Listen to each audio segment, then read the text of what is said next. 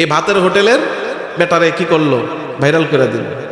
এখন ভাইরাল হইয়া এখন যারা ভাইরাল করছে এই ক্যামেরাম্যান এগরেই পিটাইতে পিটাইতে অবস্থা এমন হয়েছে, গতকালকে পুলিশ গেছে, পুলিশরাও মারা শুরু করছে। হিতাহিত জ্ঞান শূন্য হয়ে গেছে, কার গায়ে হাত তুলতেছে। এজন্য মানুষ যখন নিয়ামত প্রাপ্ত হয় তখন মানুষ অহংকারী হয়ে যায়। আজ জাতি আল্লাহ তাআলা রব্বুল আলামিনের নিয়ামতের প্রাচুর্য লাভ করে অহংকারী হয়ে গেছে। আমরা আমাদের সমাজেও দেখি মানুষ অহংকারী হয়ে যায়। হ্যাঁ, যখন ক্ষমতা না থাকে তখন তার চেয়ে ভদ্র, তার চেয়ে নম্র, তার চেয়ে বিনয়ী কেউ নাই। ক্ষমতাটা পাইলে তার আশেপাশেও যাওয়া যায় না। কথা বলেন না কেন? আমি এটা কোনো ব্যক্তি, কোনো দল, কাউকে ইঙ্গিত করে বলছি না। আল্লাহ কোরআনে যেটা বলছেন সেটা বলছি, কিন্তু আমাদের সমাজে যে হয় এটার উদাহরণ দিচ্ছি। আল্লাহ তাআলা রব্বুল আলামিন। এবং দেখবেন যখন মানুষ অহংকারী হয়, যখন আল্লাহর নাফরমানিতে লিপ্ত হয়, তখন আপনি গিয়ে যখন তার ভুলটা, তার নাফরমানিটা যখন তাকে ধরাইয়া দিবেন, তখন মনে করবে এ মনে হয় আমার কাছে কিছু চায়। কি করে মনে করে যে সে কিছু চাচ্ছে, সে মনে হয় আমার কাছে কিছু কামনা করতেছে। তোমার কোনো চাওয়া থাকলে বলতে পারো, আমার বিরুদ্ধে তুমি কথা বলো না। গায়ের শক্তিও খাটায়, আবার কি করে মনে মনে ভাবে ও যে আমাদের বিরোধিতা করতেছে, আমাদের বিরুদ্ধে বলতেছে, মনে হয় ওর কোনো কিছু চাওয়া আছে। কিন্তু আল্লাহ তাআলা রব্বুল আলামিনের দ্বীনের দাওয়াত যেই নবীরা দিয়েছেন, ওনারা কখনো কারো কাছ থেকে কোনো বিনিময় চান নাই। ওনাদের বিনিময় তো শুধুমাত্র দিবেন কে?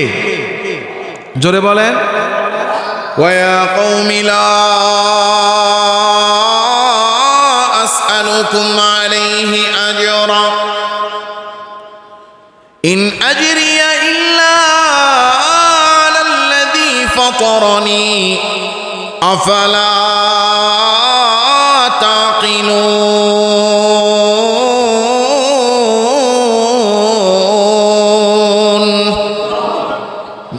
হযরত হুদ আলাইহিস সালাতু ওয়াস সালাম তাদেরকে দাওয়াত দিলেন। তাদের তো এখন অনেক টাকা পয়সা, তারা মনে করতেছে আমাদের বিরুদ্ধচারণ করতেছে, কোনো কিছু চায় কিনা। হুদ আলাইহিস সালাম প্রকাশ্য ঘোষণা দিয়ে দিলেন, ইয়া কওমি লা আসআলুকুম আলাইহি আজরা, তোমাদের কাছে কিছুই চাই না। তোমাদেরকে দ্বীনের দাওয়াত দিচ্ছি, এটার বিনিময় তোমাদের কাছে চাই না। আমরা যা বলি ইন আজরিয়া ইল্লা আলাল্লাযী ফাতারানি, এটার বিনিময়, এটার প্রতিদান তো আমাদেরকে দিবেন আমাদেরকে যিনি বানিয়েছেন। জোরে বলেন তিনি কে? আফালা তাকিলুন, তবুও কি তোমরা বুঝবে না? এই যে একই জিনিস আমাদের সমাজে, আমাদের দেশে, প্রতিটা মহল্লায় মহল্লায়, মসজিদে মসজিদে এই একই ওয়াজ আমরা বুঝি না। দেখেন একটা সমাজের মধ্যে অধিকাংশ মানুষ সুদ খায়। এখন ইমাম সাহেব যদি সুদের বিরুদ্ধে বলে, তাইলে ইমাম সাহেবের লাভ না এই ব্যাপারে না বললে লাভ? বললে ইমাম সাহেবের লাভ না না বললে লাভ? বুঝেন নাই আমার কথা? একটা সমাজের সবাই সুদ খায়, ইমাম সাহেব যদি সুদের বিরুদ্ধে বলে, তাইলে ইমাম সাহেবের লাভ না না বললে লাভ? না বললে লাভ। কারণ ইমাম সাহেব যদি সুদের বিরুদ্ধে কখনো কিছু না বলে, তো যারা সুদ খায় এদের গায়েও কখনো লাগবে না।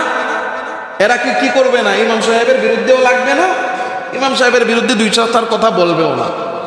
এরপরও কেউ কেউ বলে না, আবার কেউ কেউ ঠিকই কঠিন ভাষায় এবং খুব সতর্কের নজরে বলে। একটা সমাজের মধ্যে অধিকাংশ মানুষ ঘুষ খায়, সেখানে না বললে ইমাম সাহেবের লাভ। কারণ ঘুষখোররা টাকা পয়সার মালিক, হাদিয়া তোহফা দিবে, ইমাম সাহেবের খোঁজ খবর রাখবে, কখনো ইমাম সাহেবের বিরুদ্ধে যাবে না। এরপরও লাভ জানার পরেও বলতেছে। কেন বলতেছে? এই সমাজের মধ্যে চুরি হচ্ছে, ডাকাতি হচ্ছে, ছিনতাই হচ্ছে, এই সমাজের মধ্যে চাঁদাবাজি হচ্ছে, এই সমাজের মধ্যে দুর্নীতি হচ্ছে। দুর্নীতিবাজের বিরুদ্ধে, চাঁদাবাজের বিরুদ্ধে, অন্যায়কারীর বিরুদ্ধে, জমি দখল যে করে তার বিরুদ্ধে বললে ইমাম সাহেবের জন্য ভয় আছে। কিন্তু এরপরও তিনি বলছেন, কেন বলছেন? এই জন্য বলেন যে ইন আজরিয়া ইল্লা আলাল্লাযী ফাতারানি, এই দাওয়াত দেওয়ার দায়িত্ব দিয়েছেন কে? আর বলছেন এই জন্য যে এই কথা বলার পুরস্কার আল্লাহর কাছ থেকে নিবেন। সুতরাং যিনি আল্লাহকে ভালোবাসেন, যিনি আল্লাহকে ভয় করেন, যিনি আল্লাহ তাআলার কাছে প্রতিদান পেতে চান, তিনি কখনো মানুষের সন্তুষ্টির জন্য সত্য কথা, হক কথা, ন্যায় কথা বন্ধ রাখতে পারেন না। এই জন্য আমরা অনেক সময় এমন হয়, কঠিন কথা যেই হুজুর বলে তারাই আমাদের পছন্দ না। আমাদের পছন্দ হলো শুধু ওই পিসাব যিনি মিষ্টি মিষ্টি কথা কয়। যেই পিসাবের কাছে গেলে কখনো কি বলে না, অন্যায়ের বিরুদ্ধে বলে না। আপনাকে নামাজ রোজার কথা বলবে ঠিক, কিন্তু অন্যায়ের বিরুদ্ধে বলবে না। এজন্য দেখা যায় বহু পীরের এমন এমন মুরিদ আছে যে মুরিদের মাথায় সাদা টুপি, পাঞ্জাবিটা পরছে একদম সাদা সুতি পাঞ্জাবি মার দিয়া, দেখলে তার মুরিদ মনে হয় না, মনে হয় হ্যাঁও একজন পীর। কথা কয় না? এমন সাদা জুব্বা, সাদা টুপি, সাদা পায়জামা লাগানো এমন মুরিদ, যে মুরিদ দেখতে পীরের মতো, ওই মুরিদ পীরেরও মুরিদ, নামাজও পড়ে, নামাজ পড়তে পড়তে সেজদা দিতে দিতে কপালে দাগ ফালাইয়া ফেলছে, কিন্তু সে ঘুষ খায়, সে সুদ খায়। এমনও পীরের এমনও মুরিদ আমি আমার জীবনে আমি পেয়েছি, হাসপাতালের বিছানায় শুয়ে শুয়ে ঘুষ খায়। হাসপাতালের বিছানায় শুয়ে শুয়ে ঘুষ খায়। তাহলে বোঝা গেল যে হয়তো আমার পীর আমাকে ঠিক করতে পারে নাই, নয়তো আমি পীরের দরবারে যাই ঠিক, কিন্তু আমার নিজেকে আমি সংশোধন করতে পারি না। আল্লাহ তাআলা রব্বুল আলামিনের পয়গম্বররা দেখেন, আমরা যখন অনেকেই কোনো আলেম, কোনো খতিব, কোনো ইমাম, কোনো বক্তা যখন কঠোর ভাষায় কোনো অন্যায়ের বিরুদ্ধে কথা বলে, তখন এসে অনেকেই বলে হুজুরের এত কঠোর করে বলার দরকার ছিল কি?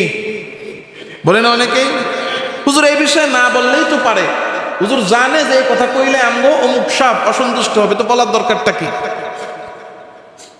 যদি এমনই হতো যে মানুষ রাগ করবে, মানুষ অসন্তুষ্ট হবে, মানুষ কষ্ট পাবে, এই জন্য ন্যায় কথা, হক কথা, দিনের কথা বলা যদি বন্ধই করা হতো, তাহলে আম্বিয়ায়ে কেরাম আলাইহিমুস সালাতু ওয়াস সালাম পুরো মক্কার সমস্ত কাফেরদের সামনে দাঁড়ায়া আল্লাহর নবী কখনো এইভাবে বলতেন না যে তোমরা যে মূর্তির পূজা করো সেটা বাতিল, ওইটা শুধুমাত্র পাথর, ওইটা খোদা না, খোদা তো শুধুমাত্র আল্লাহ। এইভাবে প্রকাশ্যে তাদের রবকে মিথ্যা আল্লাহর রাসূল বলতেন না। এজন্য অন্যায়কে অন্যায় মানতে হবে। আমি করি এর মানে এই না যে আমি অন্যায় করি, আমি গুনাহ করি, আমি নাফরমানি করছি, এজন্য হুজুর এটা বলবে কেন? হুজুর না বলুক, অন্যদিকে কথা বলুক। আরো কত কথা আছে না কি? হুজুরের আরো কত কথা আছে না, ওইগুলা বলুক।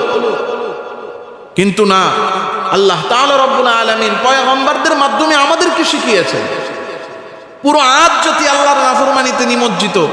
হুদ আলাইহিস সালাতু ওয়াস সালাম গিয়ে তাদেরকে সরাসরি বলছেন, ইয়া কওমি উবুদুল্লাহ মা লাকুম মিন ইলাহিন গায়রু, আল্লাহ ছাড়া যা আছে একটাও ইলাহ না, ওগুলোকে পরিত্যাগ করো, রব হিসেবে গ্রহণ করে ইবাদত করো। জোরে বলেন কার? ইন আজরিয়া ইল্লা আলাল্লাযী, আরে আমি যে তোমাদেরকে দাওয়াত দেই, এই দাওয়াত তো আমি তোমাদেরকে দেই কেন? শুধুমাত্র আল্লাহ তাআলা রব্বুল আলামিন আমাকে বলেছেন তার কাছ থেকে এই প্রতিদান পাওয়ার জন্য আমরা করি।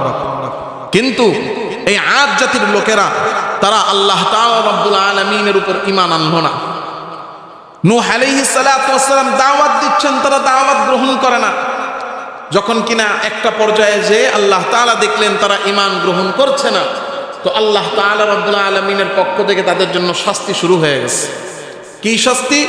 আল্লাহ এই আদ জাতি, যাদের জমিন মাটি বড় উর্বর ছিল, ফসল হতো অনেক বেশি, তাদের বাড়িঘর অনেক উঁচু সুউচ্চ মিনার সম্বলিত সুন্দর বাড়িঘর ছিল, তাদের অর্থ বিত্ত সম্পদের প্রাচুর্য ছিল, আল্লাহ তাআলা রব্বুল আলামিন শুধুমাত্র তাদের জন্য আসমানের বৃষ্টিটা বন্ধ করে দিয়েছেন।